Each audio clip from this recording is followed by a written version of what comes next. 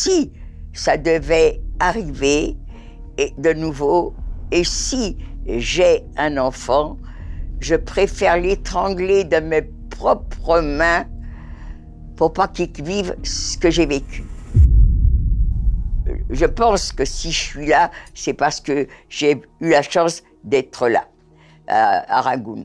On était toujours juifs, donc il y avait quand même des différences avec les civils qui travaillaient à Rangoon, mais le patron de l'usine, c'était quand même, avait besoin de nous. Donc ils nous considéraient comme, non plus, on était des juifs, mais des juifs qui travaillaient pour lui. Quand on a travaillé dans cette usine, dans les baraques, où il y avait une salle, où il y avait de quoi se laver. Il n'y avait pas de serviette, c'est sûr, mais au moins on pouvait se laver. L'usine, malheureusement, c'est terminé.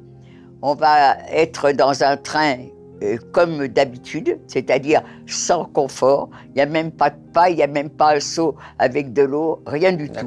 Un wagon complètement vide. Alors là, ça a été pour beaucoup le train de la mort. Moi, personnellement, je suis assise. À côté de moi, il y a une dame. On ne se parle pas, je ne la connais pas. Est-ce qu'elle est française, étrangère? J'en sais rien. On a voyagé comme ça une journée, sans se parler. Et puis, ce que je me rappelle, à un moment donné, elle me tombe sur l'épaule. Alors, je la redresse. Puis plusieurs fois de suite, elle me retombe sur l'épaule. Alors là, ça commence à m'énerver parce que je pense qu'elle dort et je la secoue. Et quand je l'ai secouée pour qu'elle se réveille, elle est complètement tombée sur moi. Elle était morte. Et il y avait des mortes dans le wagon, mais les déportés qui avaient, malgré leur manque de force, les ont traînés jusqu'à l'endroit où les corps s'amoncelaient. Et ben moi, j'ai gardé tout le temps ma morte à côté de moi.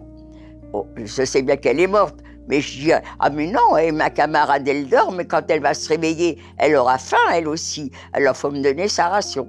Voilà. Pour moi, avoir une double ration. La morte, c'était pas être triste. Des mortes, tant mieux, c'est pas moi. Mais au moins, j'aurai sa ration. Et je suis encore maintenant comme ça. Manque de sentiments, c'est un peu gênant, mais c'est vrai, c'est comme ça. Ah, ça vous a changé intérieurement depuis? Oui, non, je sais plus ce que c'est que m'attrister sur quelqu'un. Je reconnais, et c'est pas bien, mais c'est comme ça. J'ai plus de sentiments, j'ai plus de compassion pour personne. Vous avez des enfants? J'ai des enfants. Ah ben, j'espère que mes enfants, c'est... Mais je crois que même s'ils étaient très, très malades, ça me ferait de la peine. Mais pas au point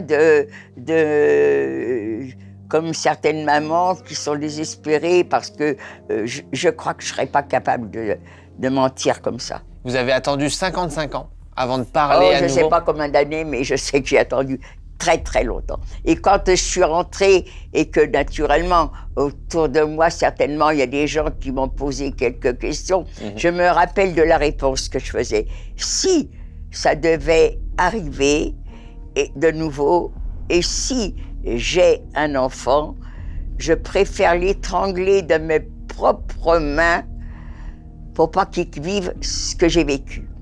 Et quand je le disais, j'étais vraiment sincère.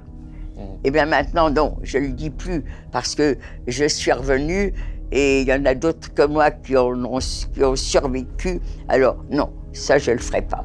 Mais vraiment, j'espère que je ne vivrai plus jamais ça de façon à pas savoir que mes enfants, mes petits-enfants, mes amis pourraient vivre ce que j'ai vécu.